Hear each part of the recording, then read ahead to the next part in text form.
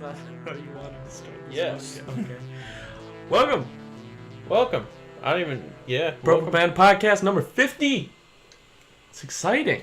Okay. I don't know how to count. I didn't realize this was episode 50. We would have planned something way more special if we realized it was episode 50. What do we have? But no. You know me. I would have never done that. Welcome. Hi. How you doing? I'm doing good. So you have a screensaver on your computer, which you're going to put as the thumbnail of this video so people know. Oh, it's going to... Okay, sure. Maybe. The thumbnail of this video is my... Or maybe not the desktop. thumbnail, but the... Like, throw it up on screen, maybe. Give you some more editing business. Sure. Because you're trying to get good at that, right? Sure. Okay, or don't. And then... I might just make it the picture for the whole thing. Cool. Just because I'm lazy. It's a cool picture. I'm lazy like that. It is a cool picture. I like it. I guess you have a visual aid, so you could just look at the video to see the picture we're talking about. This has been my desktop background for many a year. It's a really cool background. I found it via vaporwave forums. It's not funny, man, but I should have thought it was. Because that's just the kind of person I am. Yeah, that's where I laughed. Anyway, I decided... No. Is it? Okay. Oh, yeah, okay, we're good. Okay, cool. I decided to ask Colin if he knew what that was all about in anime, and he's like, what? This is Vaporwave. And I said, well, we're talking about it anyway, so here we go. Alright. So, in anime, they To be fair, it could very well be just a direct anime thing that people happen to like for the aesthetic, with each word spaced out by a space. I hate that you did that. Anyway. Each letter, I meant. Oh, yeah. You know, when Yeah, people I know do that, exactly what you mean. For the aesthetic. Yeah. Yes. So in anime, a lot of times what they'll do is they'll have these slow scenes to kind of break up the pace of the anime, and a lot of times they'll end up showing like power lines. Like photorealistic interpretations of like landmarks in Japan, like power lines and like countryside and whatnot. But power lines tend to be this huge focus where they show power boxes, power lines, like industrial cities with these lines of electricity and power running all over it. And yes. The concept... And do you know the anime that this is often attributed to? Yes. Neon Genesis yes. Evangelion kind of popularized this. And I for the record, I actually do know exactly what you mean about the power lines. I thought you meant the symbol. The symbols, I thought you meant you knew what that meant. No. Because I don't speak kanji. I'm glad, because you probably read it. I don't read kanji, sorry. I tried to be all fancy and use the right word, but I was a fool. Yes, they often do shots of power lines as a metaphorical thing. Yes, it typically represents either power as a city, as a whole, as a population, or it could be a demonstration of a lack of power or the resting of power. It's kind of interesting. There's an entire article by I believe a Harvard student somewhere out there. Nice. On it. Yeah, just that's where we're going to start this off. Anime can be really thematically brilliant at some point. Well, and then it was blown way out of proportion, and now it's like now it's just a trope. Yeah, now it just doesn't mean anything, but like when they did it for Neon Genesis Evangelion, it was like clever. Yeah, and now America does it because it's a trope. And now I'd like to talk about my favorite anime, Yuro Yuri.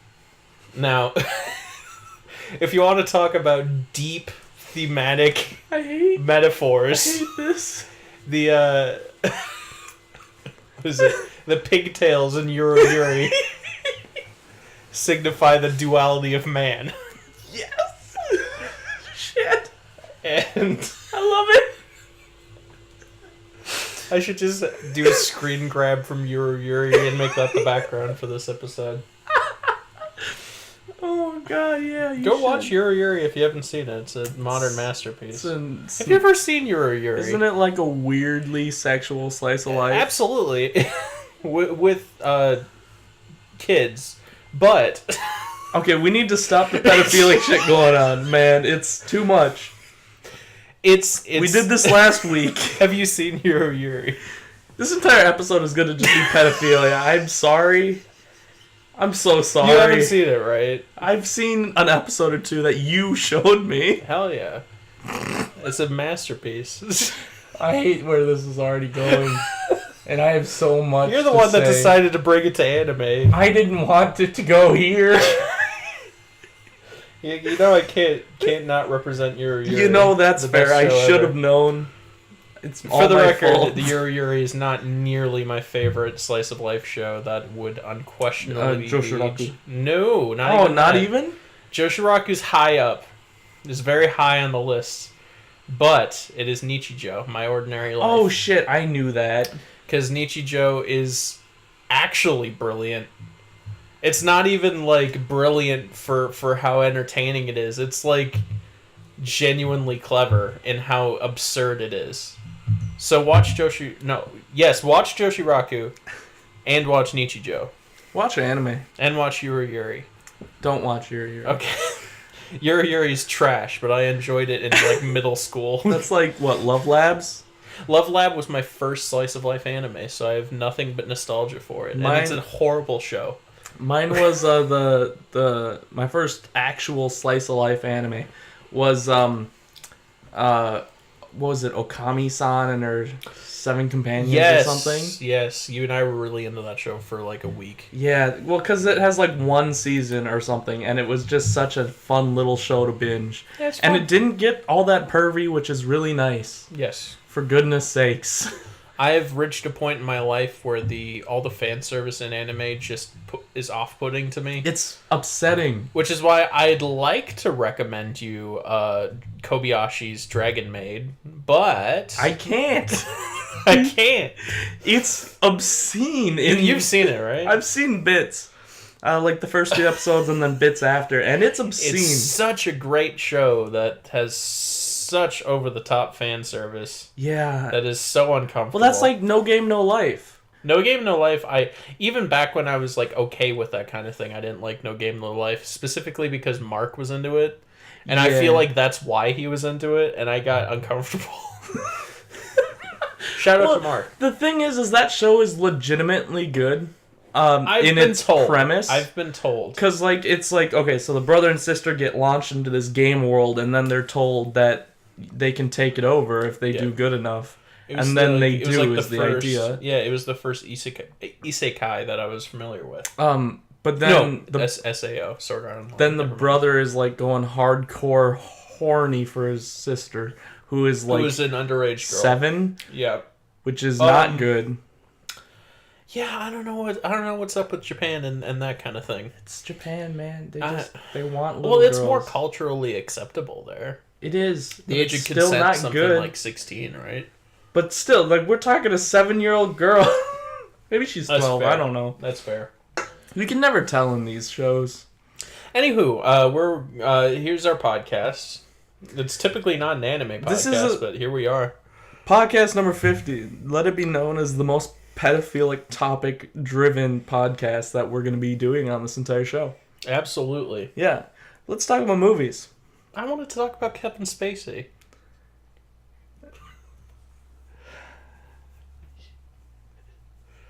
You got me. And this hit film, Baby Driver. You got me good. Which has the term baby in the title and features A boy that's Kevin young Spacey, who has an unhealthy obsession with a small boy. and proceeds to just give him the nickname Baby. Gross. Hey, baby. I quoted Shazam there. That's a Didn't nice notice. callback. That is the funniest line in Shazam. That's my hot take of the day. The scene where the cave wizard tells him, "Touch my staff," and he's just like, gross. That made me laugh the hardest. I don't know if you remember. I kind of lost it. Yeah. Because that wizard was amazing. It was a straight up Sugar Pine 7 joke. It's totally what it reminded me of. You're completely right, yeah. It would have been perfect if he just said yuck. Yuck. In like a completely neutral tone. And then in the corner you just get, "Sup, dude?" Sugar Pine 7 is so stupid, but I have a fondness for it. I know. It makes me laugh, but I hate it. Yeah, that's a good way to describe it. What's movie of the week? They not recently, like they released a video that was an unedited clip of Kib doing a live stream in which he pretends that he thought he turned the live stream off and he took his shirt off and he had a bra on and he calls his doctor about a growth on one of his pecs or something. And then he at the end of it he gets up and he has a thong on and that's just the whole video. And like people in the comments were just like tearing it apart and they're like, what has this channel become? And I was like, I don't know, this is just kind of like the essence of Sugar Pine 7 that just boiled down to like what they do. So Colin was all excited for it still. Because I didn't like defend it or anything, but I was just like, I don't know what you think this channel is. I know what you're expecting from this channel, but if this disappoints you, you're here for the wrong reasons. Fair. Anywho. Movie of the week. Hit me. Oh, no. Do I have one? Oh, we'll have to see. You start. The sad part is I don't have one either. Oh, so no. I'm just going to go with Shazam because I like Shazam. Cool. I was hoping we could, like... Oh, gee. I've only seen, like, okay movies recently. Oh, no, that's not true. I saw Submarine. I'll go Submarine. You're going to go Submarine. Do you want to talk about Shazam first, though? No, let's talk about Submarine first. Hey, cool. Have you ever seen Submarine? No. It is about a submarine operator in World War II. It's kind of like Das Boot. That's pretty good. What's he do?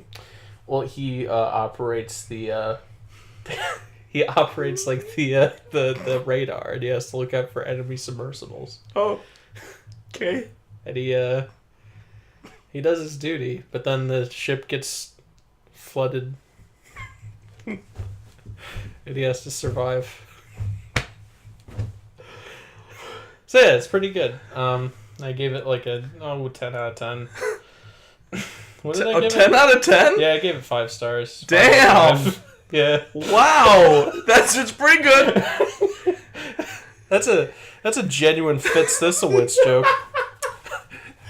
Not bad. That's exactly 10 out of 10. Why not? Oh no. I have 2 friends who gave it 4 stars. I gave it 5 stars because I'm pretentious. Anyway, So you thought it was that good, huh? I thought it was a masterpiece of a teen movie, and it's the idealistic teen movie that all other teen movies should strive to shoot for. Because it has none of the issues that I have with teen movies. It is not actually about a submarine pilot. It's about a boy who has very, like, it's safe to say he's on the autistic spectrum. He has behavioral and emotional issues to the point where he just does not know the consequences of his actions, and the film doesn't glamorize this, and it doesn't paint it in a particularly positive light, but it's a harsh reality that a lot of teens have to face when they are growing up with behavioral and emotional issues. And it's a very depressing portrait of how, if not loved, these people can just kind of self-destruct. And it's like a downward spiral of negative feedback. This sounds like your movie. Because it is my movie. It's like practically about my early life. And it's very, very emotional. And it got me super, super, like, it brought back a lot of repressed memories. It was really good. I loved it. It was kind of like Wes Anderson a little bit, except a lot more sad. It's like a sad Wes Anderson. But it's also funny. It's sad and funny.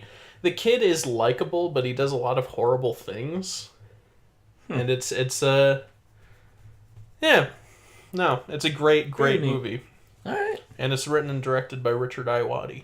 Oh, really? Yes. It was I believe his feature film debut. That's awesome. Very cool. Yeah. I would recommend it if you like movies about emotionally disaffected youths. That isn't Perks of Being a Wallflower. I think this movie handles the idea of mental stability in teenagers much better than Perks of Being a Wallflower, because Perks of Being a Wallflower painted it as like quirky and like romantic. This movie, there's nothing quirky or romantic about it. He's a genuinely self-destructive person. And it's like there's nothing it's funny in the things that he does, but there's like nothing likable about it. So yeah. Yeah. I just been watching a lot of sad movies about self-destructive people lately, between this and Monash. Yeah. It's just been a sad time. Yeah. Anywho. Well, on a very similar note, my movie of the week is Train Spotting. Oh, okay. Because I was going to say, there's similarities with Shazam. Train Spotting. I've seen it once, but I remember nothing about it. Really? Other than Ewan McGregor has, like, sex with an underage girl at some point. Yeah, it's pedophilic. Yeah. Yo, we're back to that. I'm so sorry. No, you're right, though. Like I said, this is the most awful this show is going to get as far as diving into that. And to be fair, you're the one that brought up Train Spotting. Well, I mean, I watched it this very infamous movie of that nature. It's true. Yeah. Ewan McGregor, young kid of like 25 years old in the making of this film, I believe. Yes, this is one of his earliest. Yeah, he's real skinny in this. And he's real great in it, from what I He remember. is. He's really good. His Scottish accent's like full force. Mm-hmm. Well, everyone's Scottish accent is full force. This has that scene where they're speaking of disaffected youths, I remember the scene where they're sitting around and they're yelling about how it's shite being Scottish. And I remember really liking that scene just because it's so like emotionally like raw, and it's so punk rock. Yeah, just disaffected youths just shouting about how miserable existence is. Yeah, that's like fair. I feel like it's safe to say that's like most of this movie.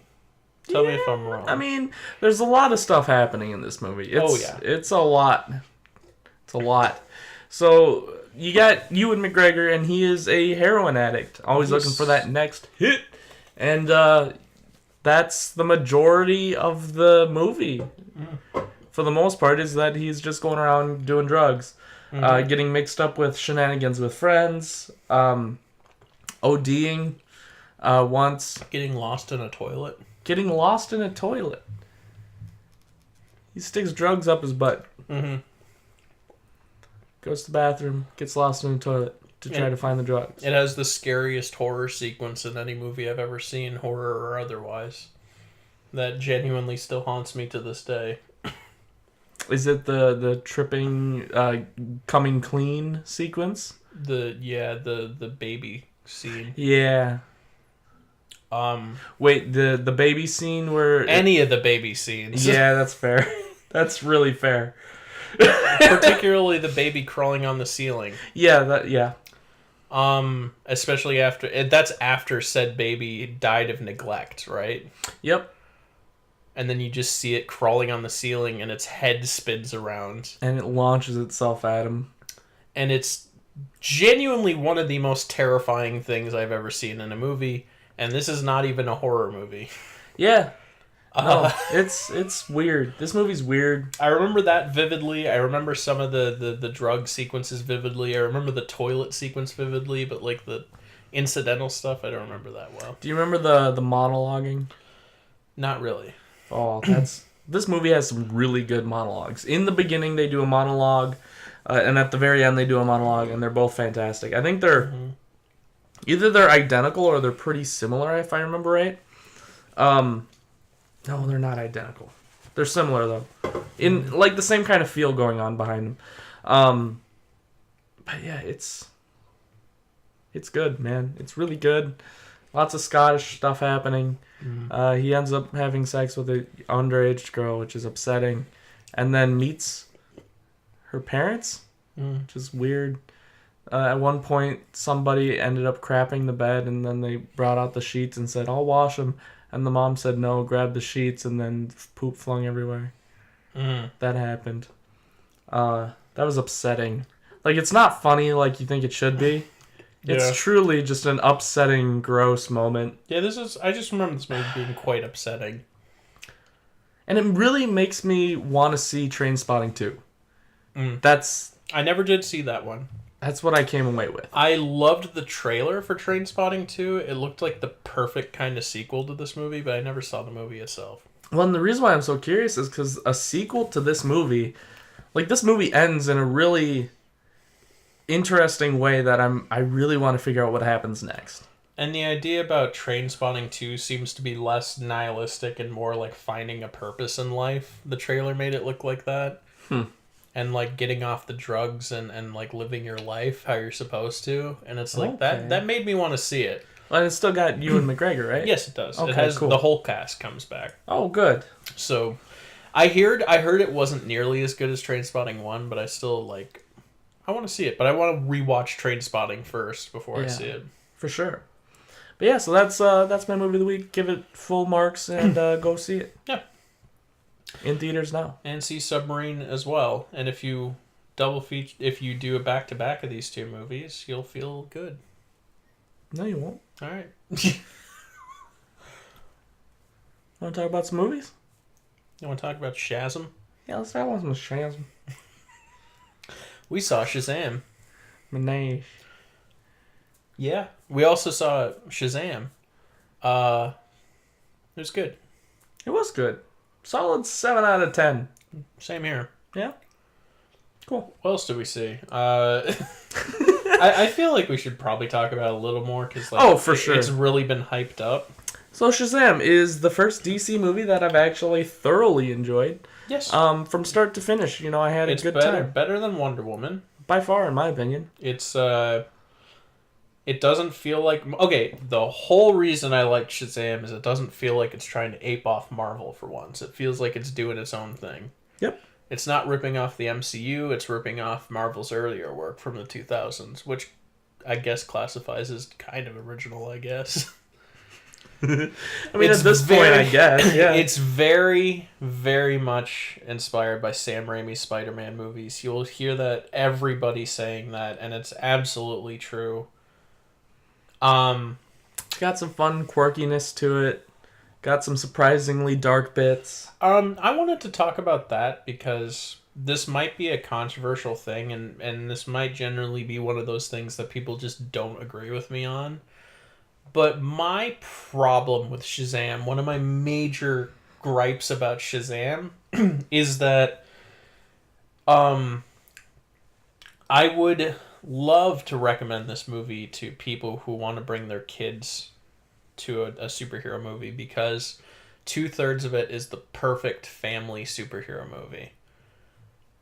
But I can't do that because the first third of it has some unbelievably horrifying imagery that had I seen it as a child, it would have traumatized me almost as much as the face melting scene in Raiders of the Lost Ark. So I don't know why they did that. What do you think? I don't think it works in the context of the movie.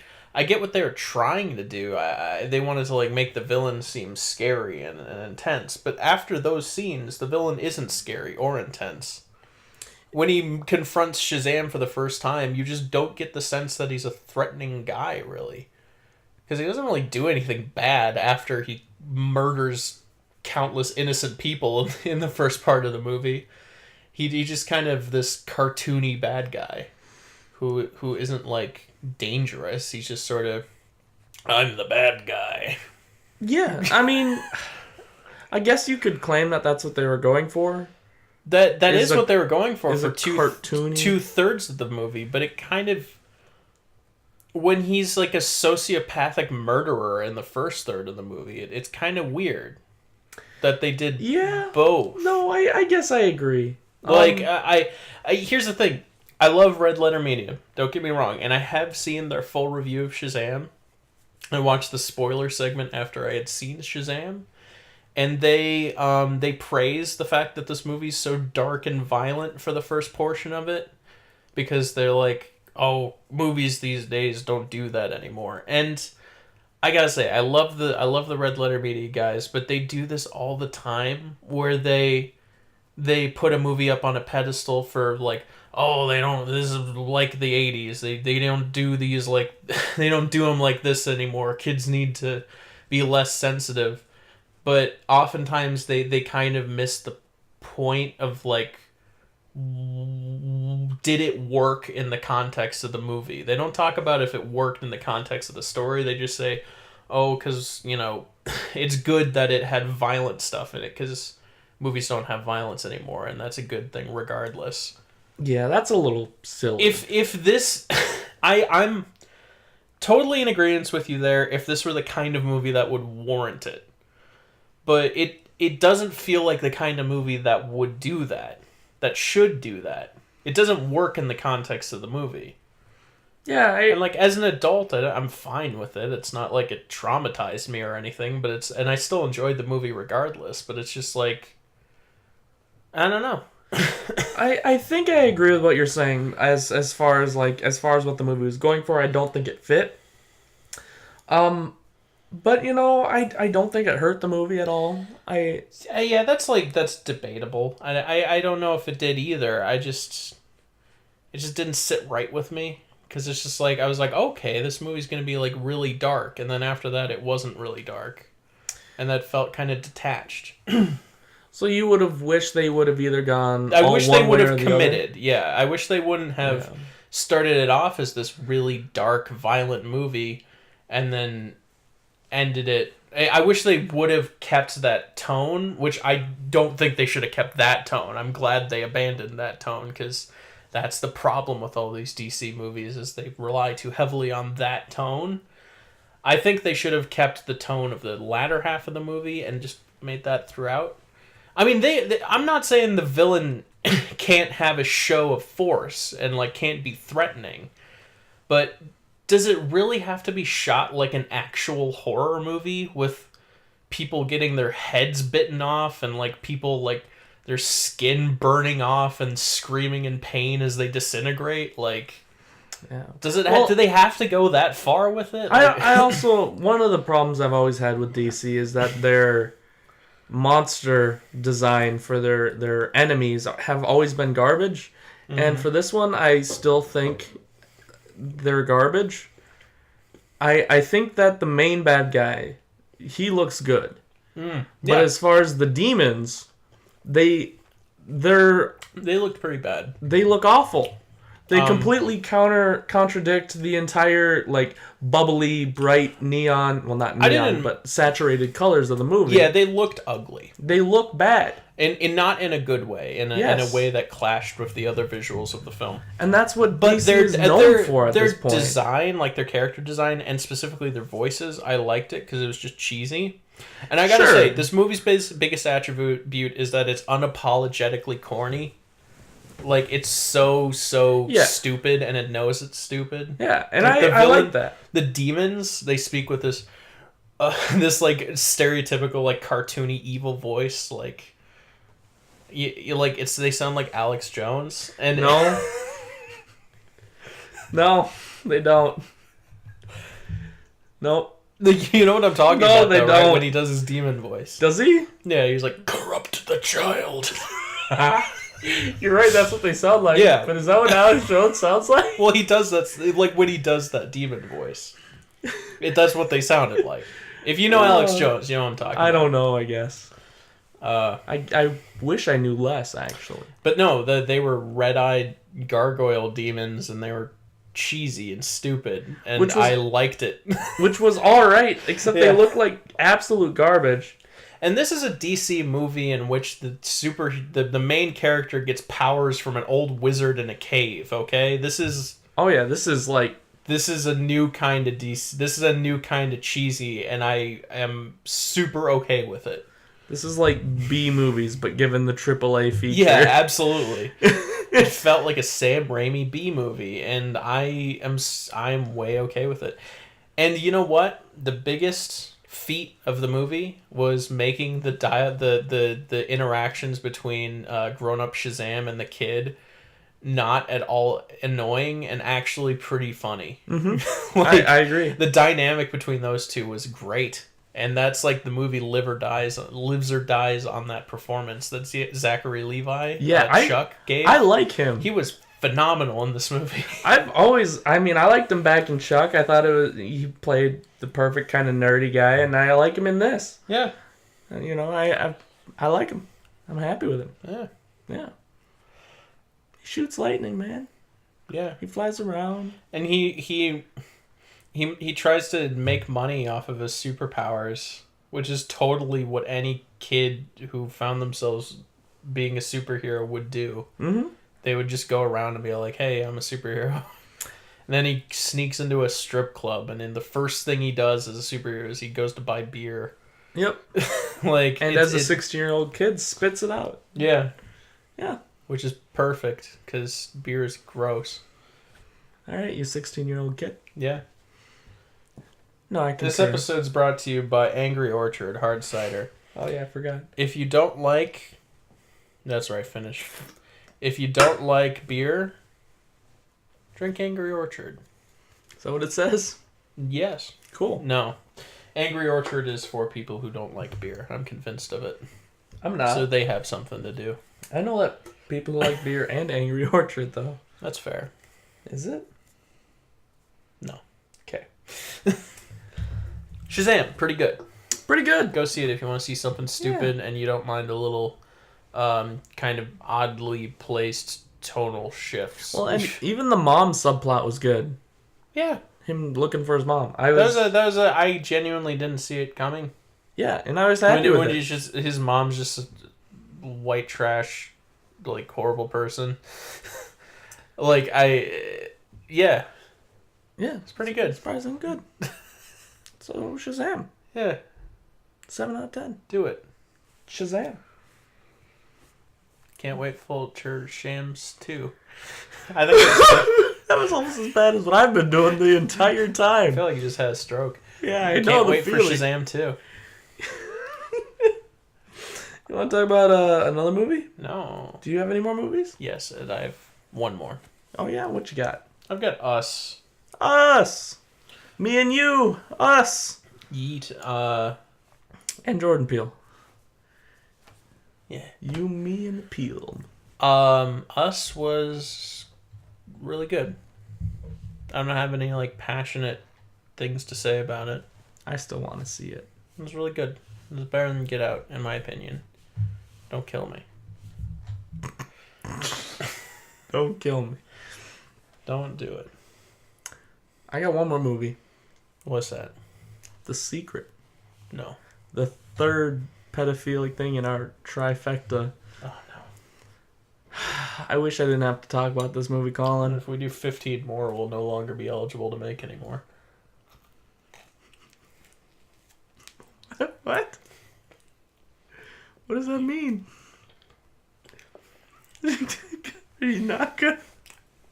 I'm eating dessert pizza. Sorry. 15 plus 3 is... 18. Oh, I hate you. We're done if we make it to that point. I hate that that's the joke you decided to Can't make. be any more. You know? The Secret, 2007. It's a drama romance. Mother of this girl. I thought you were talking about the film Mother. Mother! So there's a family. You got a mom, you got a dad, you got a daughter. Okay? Daughter, angsty. Oh, yeah. Oh. But she's smart. Smart Oh, yeah. and angsty. Got some bad friends. Anyway, Oh, she yeah. angsted it up, and then she goes and gets in the car with her mom, and her mom's like trying to talk to her, and she's like, Mom's like, angst. I got a secret. And she's Is that like, what she says? shut up, ma! And then the mom is trying to talk to her, and she gets in a car accident. Kind of both of their fault. That's a good one. Want to talk about video games? Isn't it like a ghost movie? No. They go to the hospital. They're in the hospital. The dad's there, and he's looking at them, and they're both alive and doing fine.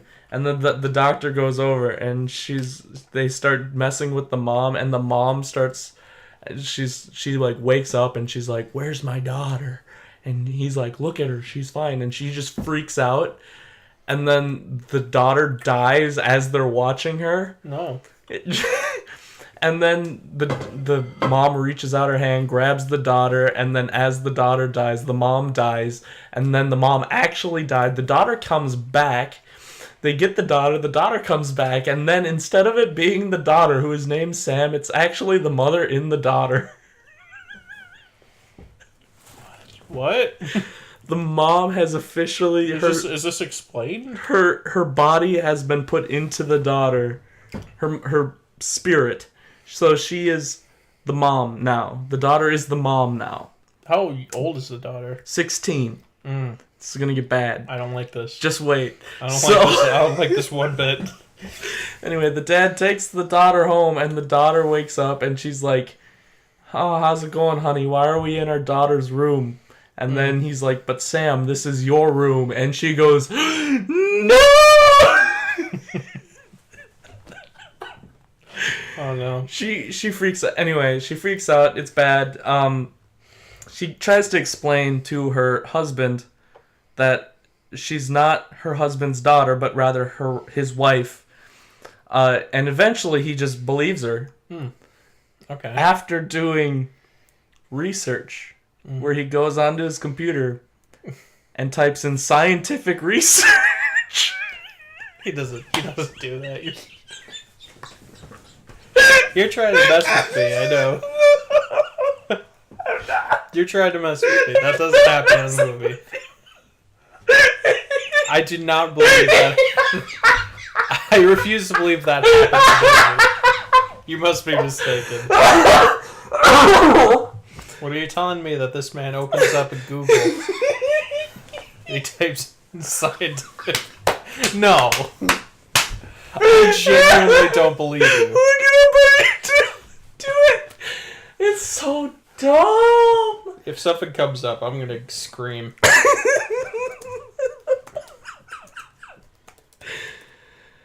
Oh, it's so funny. Oh, this is totally not gonna get what I'm looking for.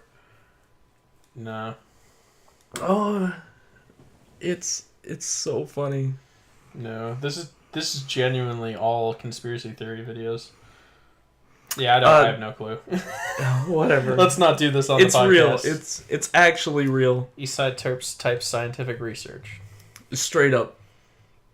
Does he find what he's looking for? Yes, he does. He officially believes her after doing that.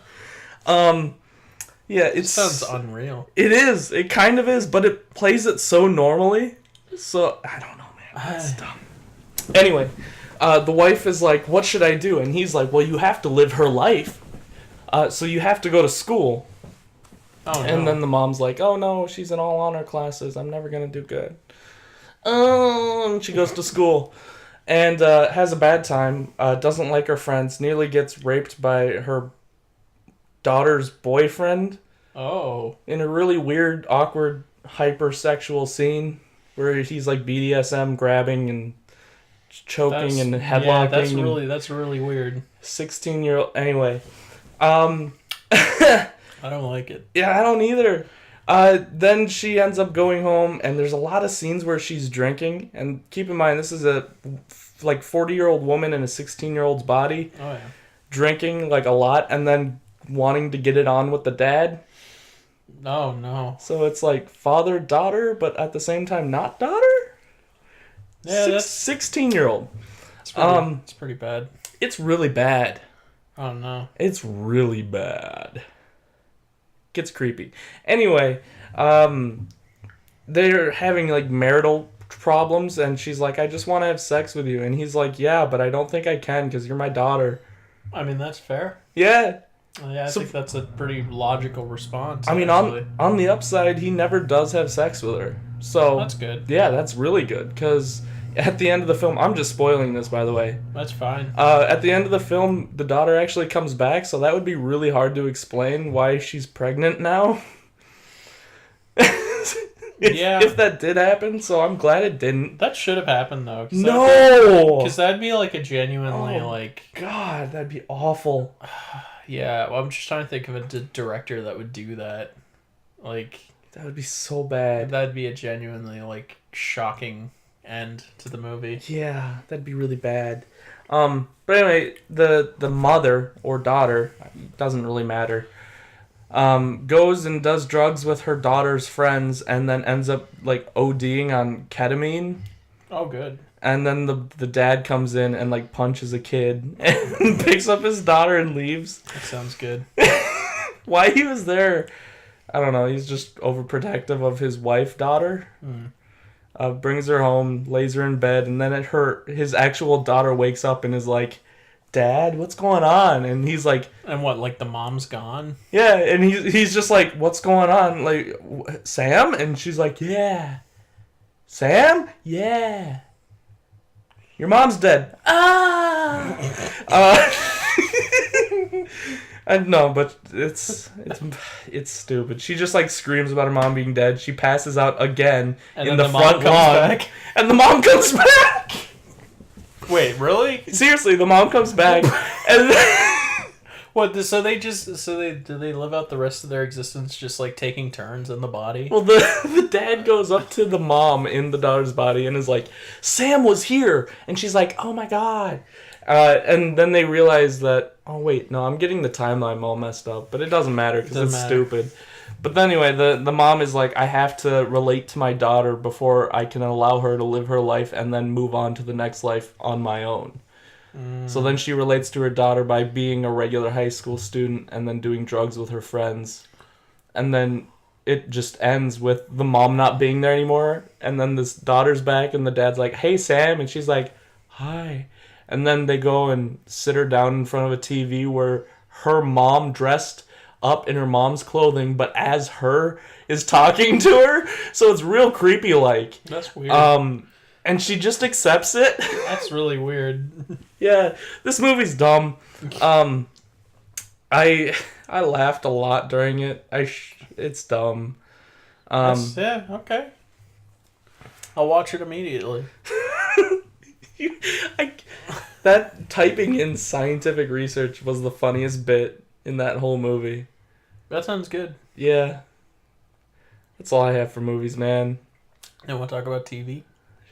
Yeah, sure. What do you got in TV? Yeah. I got The Twilight Zone. You watched it?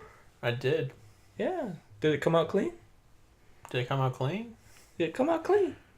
Well, I mean, it was filmed in 1959, but yeah, otherwise it was pretty good. Tight. I felt like is there a different Twilight Zone or something? No, I mean, what happened was I said, you watched it? And it sounded like I said, you washed it? Oh. And so I decided to just roll with it. I really shouldn't have. I made the wrong choice. The old one, huh? No. Oh. I watched Jordan Peele's Twilight Zone. First two episodes? And yeah, I watched the first 2 episodes. There's a third one out. I haven't seen it yet, but I've been watching old episodes as well, just to pass the time till the third one comes out. I really, really like it. I don't think it's a perfect remake, or a reboot. It's not really a remake. The second one is called Nightmare at 30,000 Feet, which led me to believe it's a remake of Nightmare at 20,000 Feet, the classic Twilight Zone episode with James T. Kirk. But straight up the character. Yes. He's on an airplane, and he sees a gremlin on the wing of the plane, and he assumes it's a Romulan. And he goes, "Spock!" and he climbs out on the wing, and he puts his 2 fists together, and he just knocks it off. Oh. Data? You can't say that. I don't know. Star Trek. What kind of a Trekkie are you? You just ashamed yourself. You should be ashamed. Beam me up. You're right on with Spock. You should have just quit while you were ahead. Just trying, man. Do you even know what I'm talking about when I say the two? He does that. He puts his two fists together. And No, I know that. Yeah. I don't know anything about Star Trek though. That's fair. That's fair. Scotty. Yeah. Anywho, Nightmare on 30,000 Feet. It has almost nothing to do with the old Twilight Zone episode. The only two similarities are there's a paranoid man on a plane, and there's peril. And that's about all it has in common. There is no monster on the wing of the plane. I'm sorry to disappoint There's nothing on the wing? Right. No. There's. Thing. I hate it when I know. I'm gonna vent with you right now. I hate it when people do that. You do? Yeah, because it's such a false thing. Like I know. it's such a self-perpetuating. Like he doesn't talk like that. Oh, not at all. If you ever watch like the old show, it's like there's a couple things where he delivers lines dramatically, but like whenever somebody does Captain James T. Kirk, he never speaks anything like that. It's like such a long shot. But the thing is, people know that, but they haven't seen Star Trek, so that's what they think Kirk sounds like. Oh yeah. And I hate it. Well, because it's just such a pet peeve of mine. It's because they saw Ace Ventura. Yeah, that's the only reason. That's why I like it so much. Is because I love Ace Ventura. And as Star Trek is an aged show and people don't really care about it anymore, that's like that has lasted longer than the actual legacy of the show. And it just bugs me. It's frustrating. Yeah. I'm sorry. I'm gonna. It's okay. Continue to do that throughout my life. Though, that's all right. That's fair. Because I love Ace Ventura. It's so stupid. I'm sorry. Jordan Peele's Twilight Zone. Really good. I've heard conflicting reports about it. I think the only criteria I had was, do they get Twilight Zone? Do they get what makes Twilight Zone work? And I think they absolutely do. The first two episodes are really rough around the edges. The second one's better than the first one, I think. The first one is good, and it's an original story, I believe. I don't think they were basing it off of any old episodes. But it had a couple flaws. I didn't much care for the female comedian that Kumail Nanjiani works with, and I think Tracy Morgan was horribly miscast. I cannot take Tracy Morgan seriously. I'm physically incapable of taking anything he does seriously. Do you know? You're familiar? Are you familiar? 30 Rock. Yeah. I cannot. He's supposed to play this intimidating, mysterious guy, and I just look at that face and I can't take it seriously. I just can't. I might be able to because I didn't get into 30 Rock. There's a scene in it that is like so laughable, and I feel like it's supposed to be laughable, but I don't know, and that's what bothers me. Where, you know how in like the old Twilight Zones, like a mysterious like devil figure would always like be smoking a cigarette in the shadows or whatever. Do you know where I'm going with this? Tracy Jordan, he steps out from the shadows and he rips a fat vape. It's the same like cliche, but he's just vaping. And I feel like it was supposed to be. Serious? No, yeah. He's just in the background. They just with his head up and he's saying some mysterious stuff. It's like, you can't take it back or something like that. And he just pulls out the vape and is. Oh my god! and it's like, knowing that Jordan Peele's behind this show, I feel like it's a joke, but I don't know. That's nonsense. I don't know if it's fantastic. A joke or if they were just unironically like, oh yeah, just have them vape, because that's just what people do. I don't know. That's a hard but one. But it was hilarious. Especially since it's Tracy Morgan. Like, oh, that's really good. Anywho, my main thing about it is neither of the first two episodes have been horror themed, and I'm glad about that, because people like to call Twilight Zone a horror anthology, and it's yet another pet peeve of mine, because I guess you could technically classify it as that, but when people portray the Twilight Zone as like a horror movie, the Twilight Zone movie, like the intro is like a scary wolf man killing Dan Aykroyd. Like when people see Twilight Zone in that light, it seems clear to me that they have never seen the Twilight Zone, because it's like they just have an idea of it, because that's not what the Twilight Zone was. It was a fantasy show, essentially. It had scary themes. It was a fantasy sci-fi show, and it very rarely went into like elaborate horror scares or anything. More of a thriller. Yes, than it is a horror. thriller. It had spooky, creepy elements occasionally, but it was more like psychological fantasy thriller kind of thing. Yeah, I certainly very rarely horror themed. Occasionally horror themed, but the scary show of the era was Outer Limits. Twilight Zone was more the thinking man's anthology show. Okay. Anywho, Cool. Yeah, really good. I'm glad that they didn't go horror with this latest reboot, because I feel like I remember seeing ads for the mid-2000s Twilight Zone reboot, and it was all just like horror themed, and I was like, eh. Did you ever watch it? No. Me neither. To be fair, I never did see it, but I saw like ads for it, and it was like it had that like horror music, and it was just like all these like jump cuts of like creepy stuff, and I'm like, I'm guessing it bombed because I didn't hear about it. Yeah, I think it got canceled pretty quick.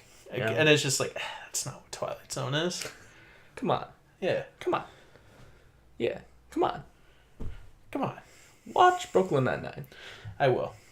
That's all I got for TV. Once I'm done watching the entirety of Twilight Zone, The Night Gallery, the Twilight Zone reboot in the 80s, the Twilight Zone reboot in the 2000s, finishing Black Mirror, and then watching the Twilight Zone original again. Then I'll get to Brooklyn Nine-Nine. Okay, so you got about a week's worth of TV. Yes. Cool. Except it'll take me 8 years. It's fair. I do want to delve into the Night Gallery. If nothing else, this Twilight Zone reboot has made me want to watch the Night Gallery, because I've never seen it. Yeah. Me being the biggest Rod Serling fan in the world, I've never seen Night Gallery. Not that anybody here cares. Well, I mean, I guess I care a little bit. Game of Thrones tomorrow. Okay. Moving on. Fair enough. Music. Yeah. I forgot music existed. That's okay. I don't really got a whole lot to talk about. What's your song of the week? My song of the week is by a band called... A little slower. And the song is called Implode All Right by the band...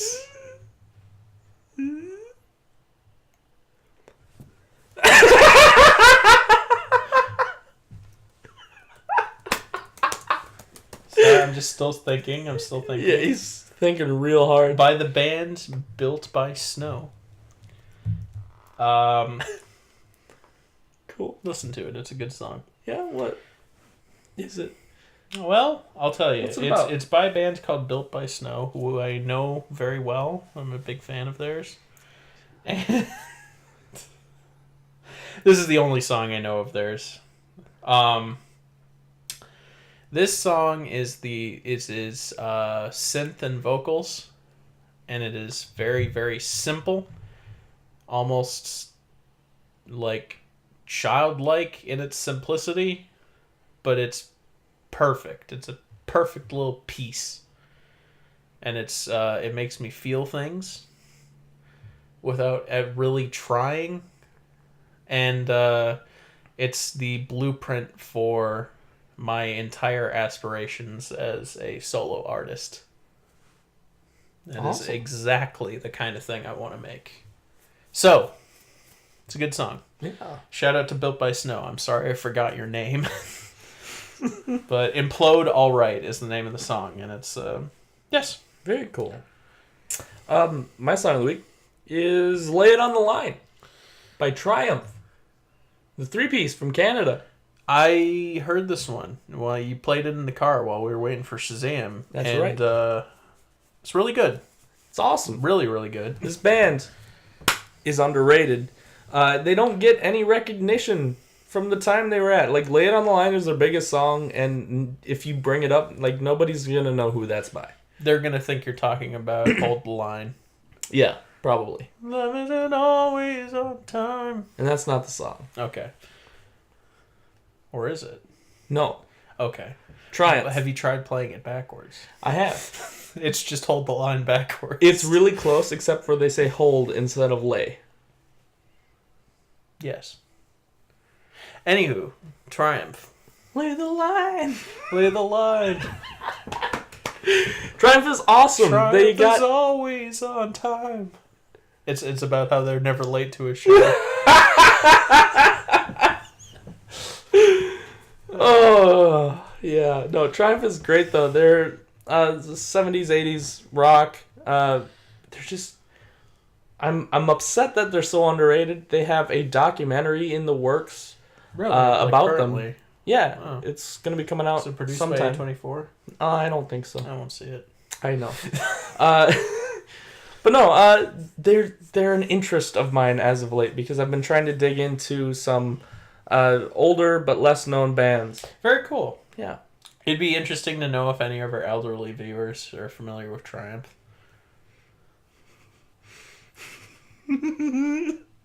Ouch. Just want to know. You know? How many elderly viewers do you think we have? I should look at my analytics live on stream. Because I bet 0. 0? Well, I mean, what elderly person would be watching my content? My mom. Does she watch? She's like 74. Really? No. No. I almost believe you. Oh my god, are you okay? I almost believe you. I don't know why. Because my parents are quite old. They're not in their 70s. Mind you. Mind you, they're not in their 70s. That means my mom had me at like 55. It's not unheard of. Yes. Maybe it is. I guess it probably is unheard of. We'll see. Oh my god. We'll see. Hilarious. I'm going to wait till I'm 55 and I'll see if I can have a child. Men can always have children. That's true. Our uteruses are much more durable than that of the female. I hate you so much. It's just basic facts, bro. I Get hate woke. you so much right now. By the way, Shazam's the first superhero movie in which I've ever heard a superhero say "Get woke, bro." That's also true. I just want to point that out. He also did a Fortnite dance at one point. Yeah, he did. It's like the one moment of the film where I died inside. Just Yeah. seeing him doing the floss, and I was like, Yeah. I mean, I get it. They shot that so they could put it in the trailer.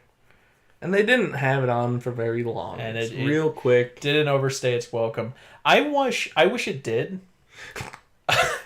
Okay, so it's part of a montage, right? And it's super stylized. It's like a dynamic camera angle, and it's like this focus is super cool. And he's doing this. It almost looks like the Pennywise dance from It. It kind of looks like that. You know what I'm talking about? Where So- it's like So super stylized they shot. should That's camera like lock on his yeah, face and have him do it. Can somebody take that clip? Actually, I might do this just as a take the clip of Zachary Levi doing the floss, but stabilize it on one of his hands. so it follows his hand. I very well God. might do this. Stay tuned. That shot was so neat and It. Yes. I love No, that but what shot. I was saying, I wanted it in the movie. This is kind of my. I only thought of this afterwards, but I wanted that shot to be super stylized like that for a couple seconds, and then cut to just like a really flat shot, like medium flat shot of him just doing it with no music, just for like 2 minutes. And like no expression on his face. Yeah. Staring into the camera. Well, like he's smiling at first, but the smile just kind of fades over and then time. he's just like, yeah. I know nobody can see my And then he face. just stops. It'd be like a Tim and Eric thing. Not even. It would be like an Adult Swim short that just gets like really weird and surreal, just out of nowhere. Eric Andre. Yeah, it'd be like an Eric Andre. Oh boy, yeah. Music? So yeah, music. I only got the one thing. Do you want to talk about clipping? Let's talk about clipping. It's clipping. Bitch. Yeah. Yeah, give it to me. Oh, I can't do this in a way that it'll make a sound. Other one. Hold on. Other one. Did that sound like a meaty slap? That was us doing a fist bump right by the mic. I suppose we could Oh, have here, just... do it, bump my fist.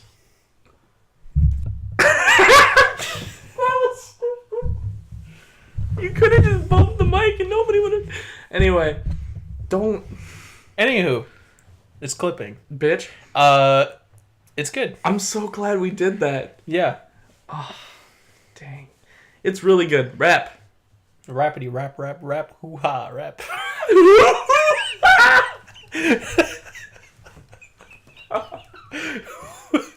Rappity roo. What's it?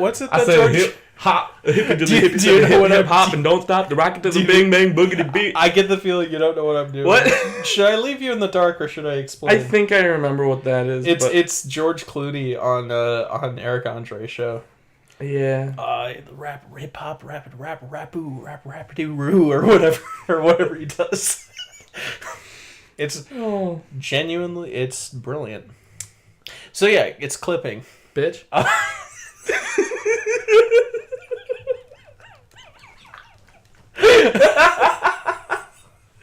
was ready for you that time.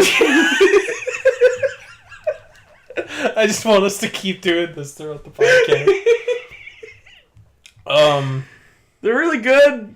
I like them a lot. We can't say anything about clipping because we plan on doing like a whole thing on clipping. Yes, we want to do a album review in the vein of our ex-military review. Yeah, a nice good analyzation. Probably just do their second album. Yeah, because there's a whole lot more to talk about with it. We've both listened to their first two albums, and I've listened to a bit of their other stuff, but I haven't listened to a whole album past that. I could probably do a whole thing on Mid-City, though. Probably, but I would have less to say about it. All right. Well, we'll just do the second album then. Sure.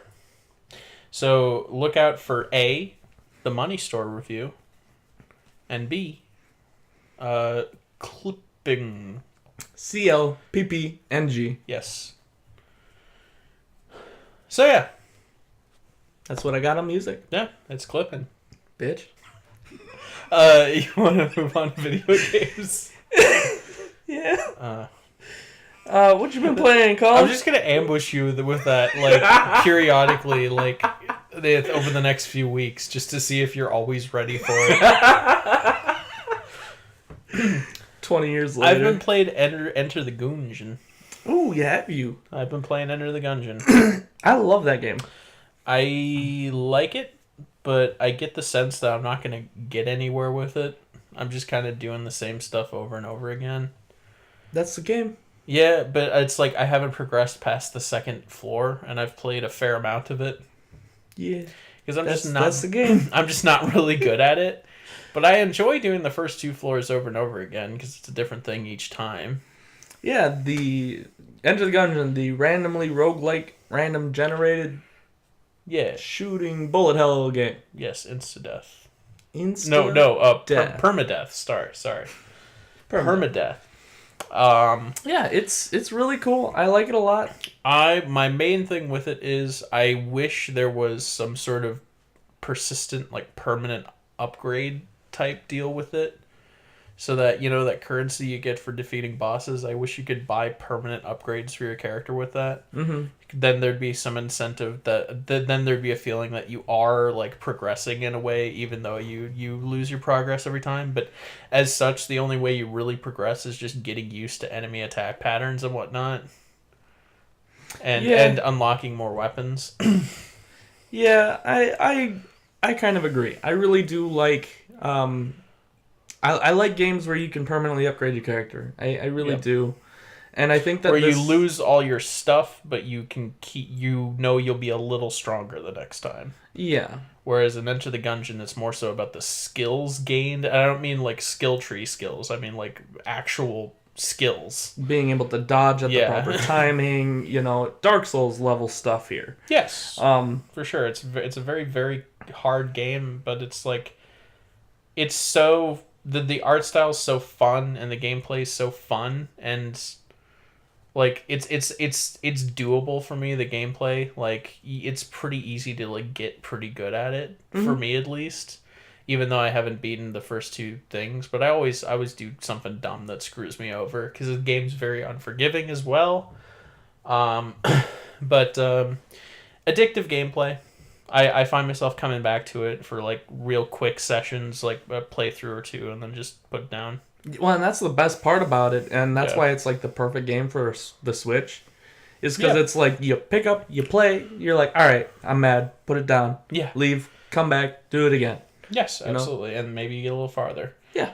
So, yeah, I like Enter the Gungeon a lot. That's why I think the Switch is also perfect for like fighting games. Pick it up, do a match or Absolutely. two, and then put it down. It was Smash Bros. Ultimate was like a match made in heaven. Yeah, It's perfect. It's perfect on the Switch. And currently, there's oh good lords, I'm never gonna remember the name of this game. There's a fighting game out right now. Brawlhalla? No, it's got like 8 characters or 10 characters or something like that. It's a newer fighting game. It's pretty simple. There is no it's like a very simplistic fighting game. But it's kind of been blowing up right now in the fighting game world. And it's pretty exciting. It's pretty exciting. Yeah. And I think that game would do really, really well on the Switch. Do you remember Jump I'm sorry, Kick? I don't remember the name. Yeah, Jump and Kick. Was that what the game was called? Jump Kick? No, it was Dive Kick. Dive Kick. That's it. Do you remember Dive Kick? Yes. Whatever happened to Dive Kick? Nobody played it. I think it's because it's so simple. Yeah, probably. It was borderline just like a satirical concept game, so I can see why people lost interest immediately. I love that game though. No, I love it too. Absolutely. Mainly for its ability to teach people how to actually play fighting games. Yeah. Because the idea There was a surprising amount of depth to the combat, even though the entire concept of the game was a joke. Yeah. Like For it, sure. it was like a statement on the idea of like oversimplifying fighting games. So they're like, we got a game that's like proudly announces there's only 2 buttons. And they sold the most hilarious thing about the Dive Kick marketing campaign is they sold a controller for it. Do you remember that? I do. It was just this massive controller with just 2 buttons on it. Like, that was perfect. Yeah. Honestly though, this game I believe is one of the best tools to teach for fighting games. Because I could go into fighting games forever and I'm not good at them. But I really enjoy them, and I really enjoy watching people play them, because the idea of 2 people with 2 sets of skills that could be overcome in so many different ways is so interesting to me. But then when you take it back, you cut it back to these bare bones features, you can still be as creative and as interesting as you want in these very minimal situations, and I think that's so interesting. There was an entire episode of The Weekend Warriors, which is done by Brett Bayonne and Greg. sorry, I don't remember his last name. That's Greg. But anyway, the entire idea is that Brett is teaching Greg to play Street Fighter, and they spend the entire episode just walking back and forth and doing one kick, and that's the entire fight that the 2 are doing, and it's super interesting. I could go on for hours. I'm not going to. Yeah, I remember being pretty good at Dive Kick. You were. Yeah, was I? I think so. Okay. Out of our people, yeah. I mean, yeah, I suppose. I don't know. Did you ever go pro? I did, yeah. Oh, wow. I beat Reggie. Reggie. Yeah, Reggie. Ruh-roh. I was like, Reggie, if I win, I get to go back to my life as I know it. But you have to quit Nintendo. And he was like, I'm going to have to do it in like a decade, but yeah, I'll do it. How long ago did Dive Kick come out? It wasn't a decade ago. It was like 5 years ago. something like that. I don't We were know, in man. school. We played it in high school. Yeah. Somebody would bring a laptop, typically me, and we would just play it. Oh, good. Let's talk about some more video games. No. I'm so excited for Borderlands 3. Me too. You know who isn't? Anybody who owns a PC. That's okay. Yeah, that's okay. I have this whole thing, this whole rant that I could give about the situation. It's not even really a rant, because I'm not upset about the situation. It's just...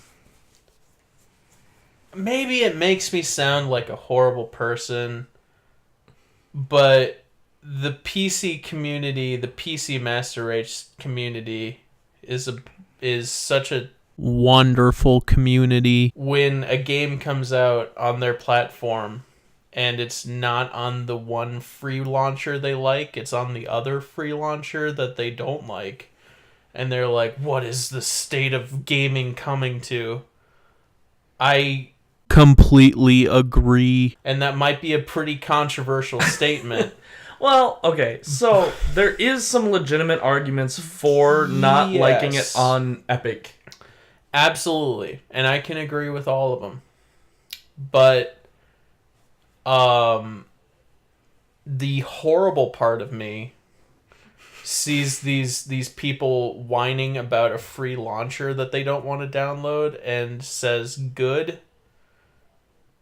But the mature part of me needs to push that aside and say, we're all friends here, even though PC Master Race people are very nice people. Jesus Christ. We're all friends here. This is really getting harsh. I don't know if I like the vibe that's going on right now. I don't know. I've never cared much for the like militant like console games are irrelevant people. Yeah. Because I've known them all my life, and I have a gaming PC. It's on my lap right now. I have a Steam library of 300 some games. I've been known to play on PC. I prefer consoles typically because they're convenient, cheaper, and go obsolete way less quickly. That's just my thing. And I like the idea of just like laying down on a couch and looking at a TV. I don't really like the whole like screen laptop type deal. I'm never comfortable playing games on my laptop. That's just my own personal opinion. But PC's great. Yeah. But if you prefer PC and you're like, PC is the last bastion of hope for the gaming community, and if you prefer console games, you don't deserve an opinion. You're entitled to your opinion. I agree with that one. Yeah. I don't know. I agree with that one. I don't mean to sound so harsh, and I really feel bad about it. Jerks? Yeah. Stop being friendly people. I know specifically that there are people that will watch this who may consider themselves part of the PC Master Race, and I am genuinely sorry. Well, first of all, you fucked up by calling yourself the PC Master Race. Yeah, I mean, for the most part, I don't think that's a fairly ironic title for a lot of people. Second off, but the thing you're Nazis. That is not true. No, you're not. It's a fairly ironic title, but see, the thing is that the fact that the title itself is kind of a joke, the elitist attitude a lot of the people in the community have is so extreme that the title's not that much of a joke. Yeah. They've kind of like the joke is it's a Nazi white supremacy joke, but like the elitism is kind of warrants it. I'm sorry. PC people, there are not Nazis, and there are plenty of perfectly lovely PC players in the world. and yes, such a weird. PCs are better than consoles. I'm for people. I'm for some people. I'm totally I have my reasons for preferring to buy games on consoles. I do too. My PS4 that I bought way before I got this thing is more powerful than this thing because the specs at launch are compliable with games that are coming out today, whereas this thing was obsolete in a couple years. Yeah. I have my reasons for preferring consoles, but PCs are better. They just are. They're vastly more expensive, and that's why they're technologically superior, and that's like a whole thing in itself. But they are better. Yeah. But I still, like my you're console still way a big better. douche friend. It's coming hard. Yeah. Giving it the hard D. Absolutely. I wish I wouldn't have said that. Oh, yeah. I really wish I wouldn't have said that. Mm-hmm. I'm sorry. I didn't mean it. And it's like, I have sympathy for this whole Epic Games thing. I really do. I understand, like, why people don't like it. And actually, further getting into the Epic Games thing, I understand why people don't like Epic Games. There's this idealism behind it. They're like, oh, Steam built a success from the ground up. And Epic Games, they're just coming in. They have a lot of money, and they're offering more money to these series, and they're stealing series away from Steam's platform. And to me, it's like, isn't competition like generally beneficial to the consumer? Because this means Steam's gonna have to up their game. Yep. And people on Steam may benefit. Yep. Yeah. you're right. Not wrong. Well, and there's always been exclusive gaming launchers. Like, think of Blizzard. They have their Battle.net. Yes. You know? And people don't like it because it's not Steam. Oh, no. Yeah. But yeah, it's not made by the people that made Half-Life 2. Half-Life 2 is the best game ever made. Oh my god, ride that dick a little harder, please. Okay, I've already insulted the PC Master Race. I'm not insulting Half-Life 2. That's I will. Let's talk about Half-Life 2, alright? Half-Life 2 is... I hate it. No, I'm kidding. I wouldn't go as far as to say I hate it, but it was okay for when it came out, but it's aged poorly. Yeah, I completely agree. And in this day and age, it's not so great. I completely agree. I appreciate it. I don't like playing it. And I wish there was a Half-Life 3. I think that'd be neat. What if... Okay, this is just wishful thinking. He gets put on Epic Games. That would be hilarious. But... Sorry. It's related to what I was going to say, Okay. but not exactly what I was going to... What if... Wishful thinking, what if this whole Epic Games fiasco gets... Valve into such a panic that they actually start making games again? Oh my god, that would be amazing. Right? That'd be so Wouldn't it cool. be amazing? Yeah. And if that were to happen, I would tell everybody that they're not allowed to like those games because it's Epic Games' fault. If Half-Life 3 comes out, I'd be like, no, you can't like Half-Life 3 because it's all because of that evil launcher that you hated. Oh my god. I love it. No. I love the bitter. Just the angry. Okay. That's enough about idealism in the game market for right now. Oh, it's fantastic. And I'm sure everybody hates me now. Okay, so the main problem I have with the Epic Games thing is that people are upset because they can't get their Borderlands 3 a little earlier unless they buy or go through the Epic Games. Because you can still get Borderlands 3 and the Epic Games thing is free, and after you buy it via Epic Games, you don't even need to launch it via the launcher. You can just launch it. Yeah, you just download it. Yeah. Yeah.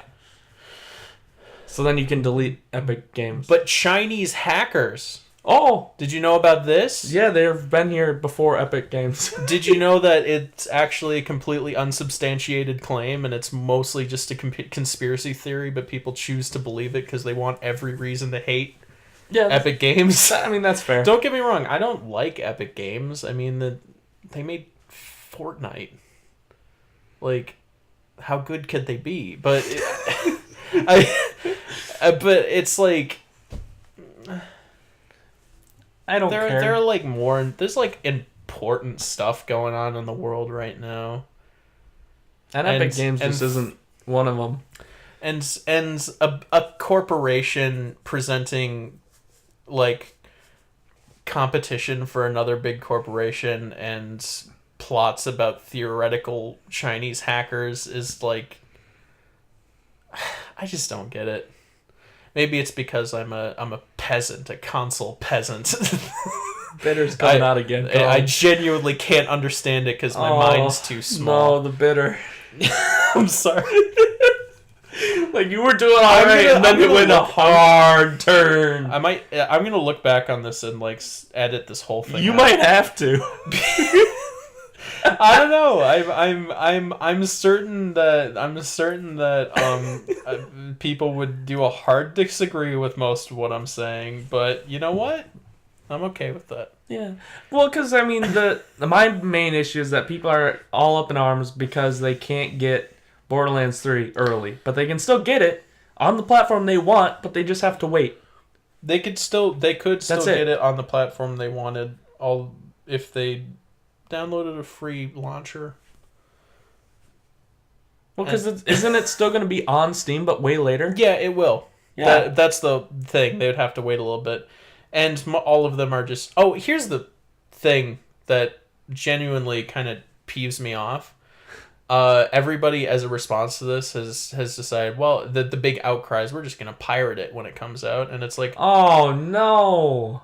If That's awful. Yeah, well, it's like... Because they're like, we're not supporting Epic. But it's like, you're not supporting Gearbox either. And Gearbox is amazing. Guys, no. It's not even Gearbox's fault that it's getting put on Epic. It's 2K, the publisher. Yeah.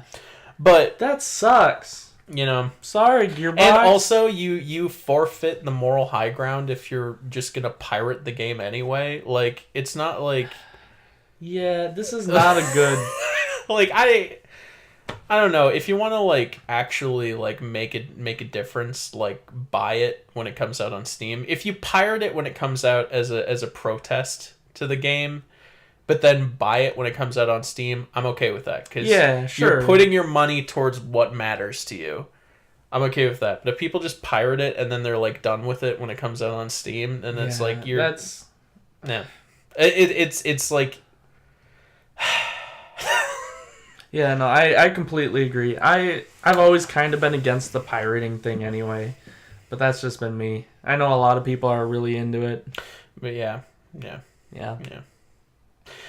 pirate Gearbox, man. Borderlands 3 is coming out in sometime this year, and I'm going to be playing it at launch because I'm an inferior console peasant, whereas everybody else is going to have to wait till next year. Yeah, because I pre-ordered that shit. Because the PC is great. I got that shit unless you have to play it on a launcher other than the one that everybody likes. I am so excited for that game. Yeah, I'm ignoring your bitter. I'm not even bitter. I'm not even bitter about the game. I think it looks great. No, I'm talking you're bitter towards the PC Master. I'm super excited for it, and I'm gonna play. I know. I'm gonna play it at launch because Yeah, because it will be coming out on launch. Excited. Oh, what about that? I'm so excited, my dude. Being able to play it at launch is going to be fantastic. You need to cool it. No, I'm just saying how great it's going to be to play this game that we've been waiting for. Stoking the goddamn fire, my dude. At launch, because it's going to be on the one and only it's going to be on the one and only market for these things. Because there's no such thing as stupid rivalry between launchers. Oh, no. Yeah. It's going to be super great. It's going to be awesome. Anywho. It's clipping. Bitch.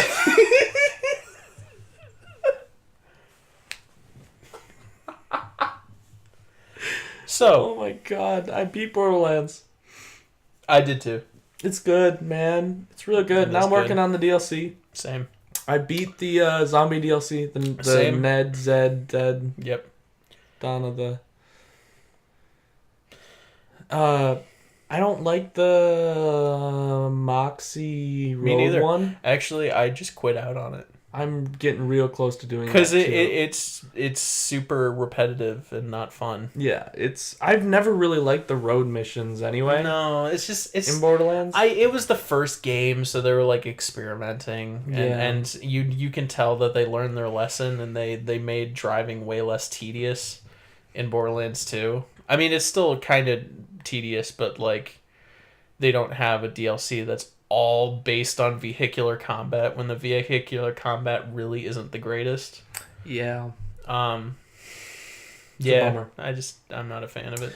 Um, The claptrap thing's kind of neat though, because you I get haven't to started that one because you yet. get to kill claptraps. I'm very excited about Yeah. that one though. And then the Mad Moxie DLC where she Yeah, just That one's pretty cool. I If you like survival mode. haven't beaten it the first mode yet, but I gotta get back to it. Same. Yeah, it's good.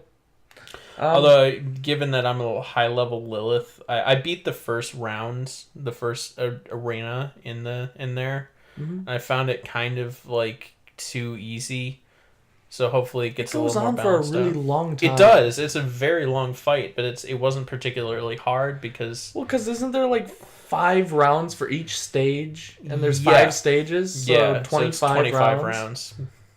Just It's keeps long. going. That's Well, my- and I didn't realize that. I thought, okay, well, I'll do these 5 stages and then be done. That's my one gripe about it.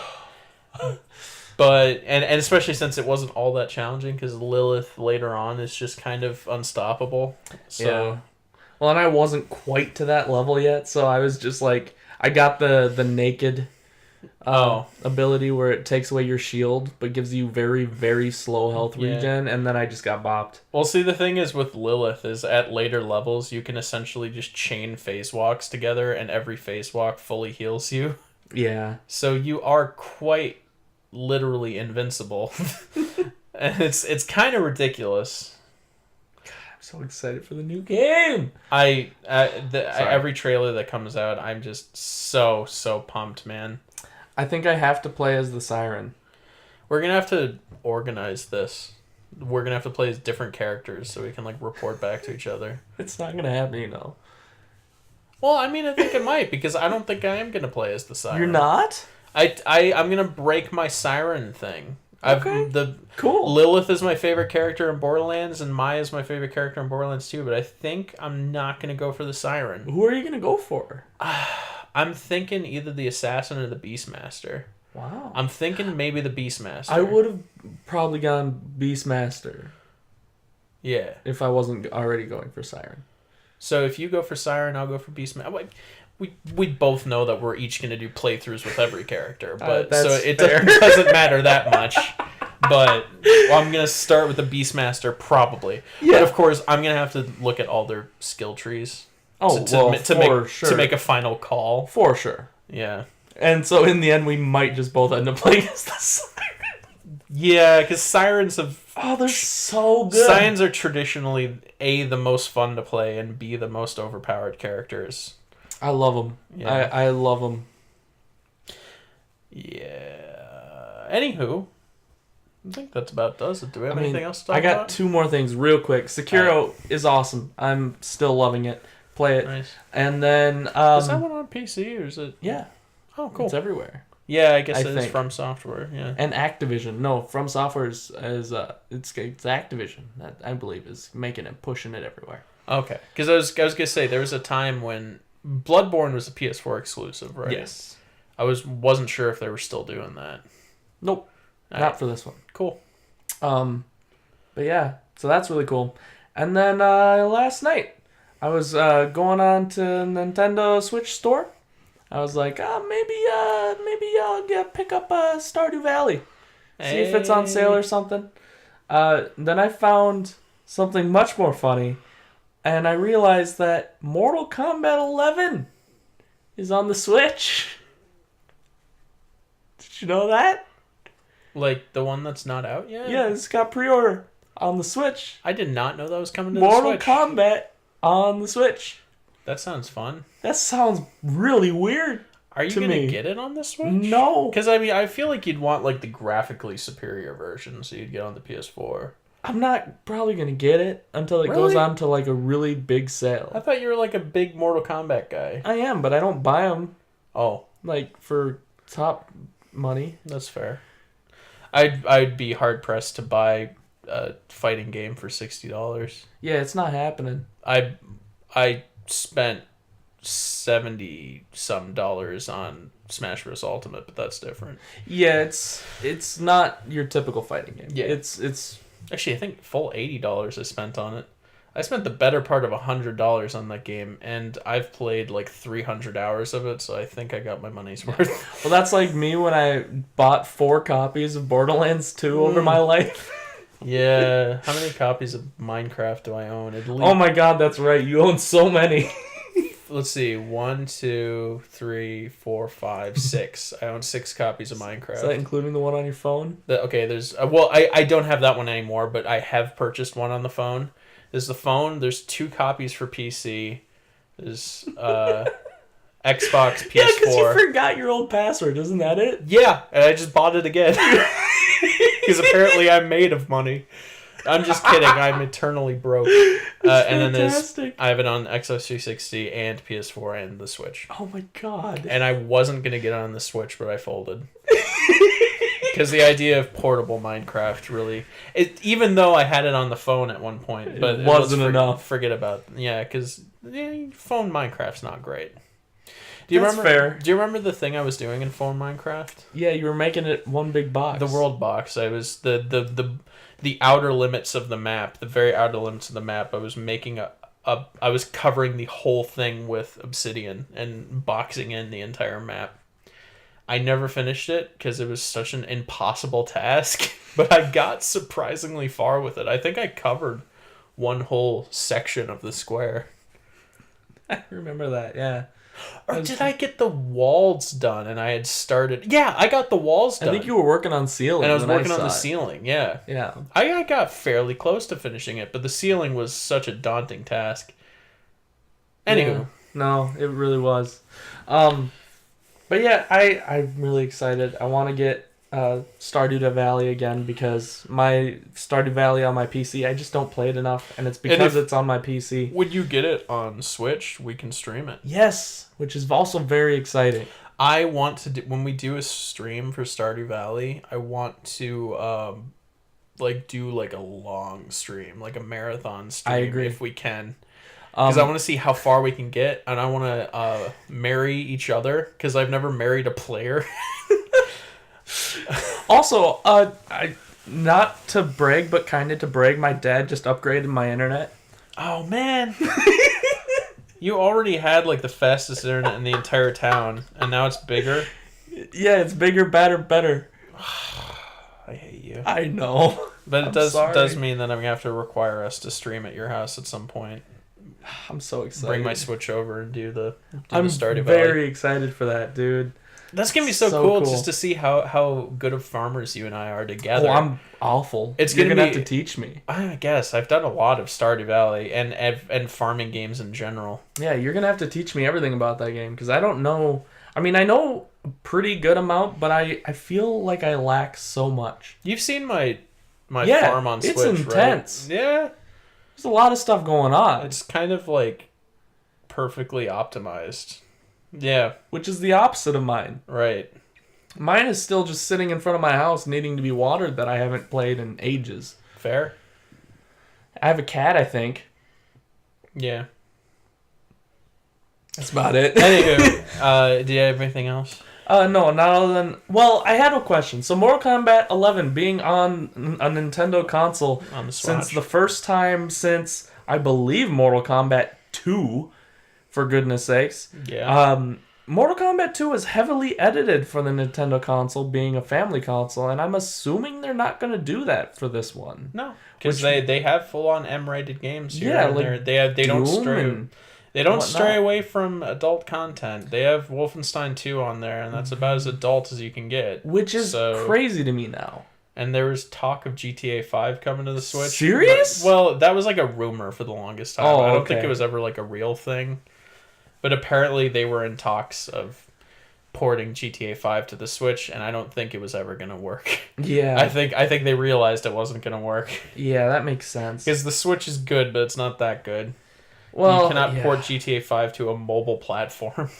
Yeah, it's crazy to me that Nintendo is finally opening up and letting these like hardcore, gory, M-rated games on their consoles. Yeah. I don't know. I don't hate it.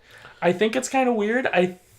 Well, maybe it's bloodless. I don't like know. the ones on the old Well, Super Nintendo. that's what I'm wondering. But it can't be, right? That'd be funny if they did that, but they have the blood sheet. They should do that. That would be really cool. That'd be a fun marketing move. Make it inherently bloodless, but if you input the Konami code, it enables the blood. That would be really cool. Yeah.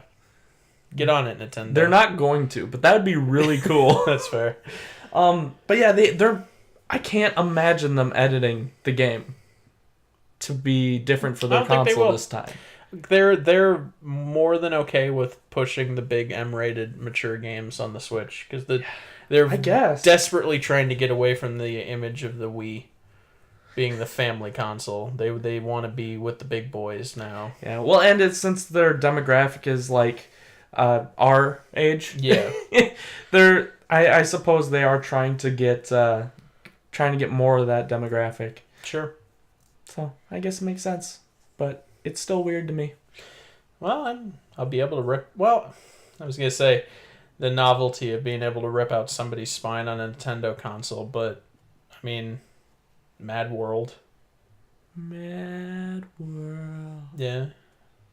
It is funny that you find it so weird that they're bringing these really gory games onto the Switch, but one of the most violent games I have ever played is on the Nintendo Wii. Yeah. Yeah. Are you familiar with Mad World? Nope. It's just a big old gore fest. Is it? Yeah, it was specifically designed to fight the image that the Wii was just for families. What? What? Really? Yeah, I'll have to show you footage. Okay. It was pretty cool. Cool. It was basically a precursor to Splatterhouse. No, not Splatterhouse was also on the Wii, but it was a precursor to Bulletstorm. Because Really? the entire concept of the game was getting kills in the most stylish and violent ways possible, including tossing people into big blenders or like throwing people into spike walls. Wow. Yeah. Neat, I guess. Yeah. All right. Play Mad World. Also play The Conduit and The Conduit 2, which has the best ending in video game history. Have I ever explained to you the ending of it? No. It's fantastic. So let me set the stage for you. Okay. The Conduit is a game about Washington conspiracies involving aliens. Okay. Got it. The Conduit 2 is a game about Washington conspiracies featuring aliens, except not in Washington, and you have to go fight aliens elsewhere. Space. It's pretty neat, and there's this big old bad guy, and there's this yeah. You have space. No, it's just in the world. Oh. In Conduit 1, you're just in Washington, D.C., but in Conduit 2, you go all over the place. You go in snow, but you fight in aliens. And then at the very end of the game, a big portal opens up, and a bunch of shadowy figures in power armor walk in, and the light reveals them to be the United States founding fathers, including John Adams, George Washington, and several historic. And no, it's not the founding father. It's former presidents. It's John Adams, George Washington, Abraham Lincoln. Oh God. And it goes to the protagonist who has the dumbest voice ever, and he's like, "Who are you?" And it zooms in on George Washington. He's like, "We're here to help." And then roll credits. That's how the game ends. And it was opening up for a sequel in which you fight aliens alongside the former presidents of the United States, all in power armor. Oh my God. Why wasn't that game made? Conduit 3? Because Conduit 2 was terrible and nobody liked it. But it did have a great ending. Good. Anywho, I've got a lot of YouTube videos to show you gameplay of Mad World and that white man video we found during A24 Quest. That's right. So, catch you on the flip side. Hope you enjoyed the podcast. It was fun. We'll catch you next time on 51. Fetty Wap? 51.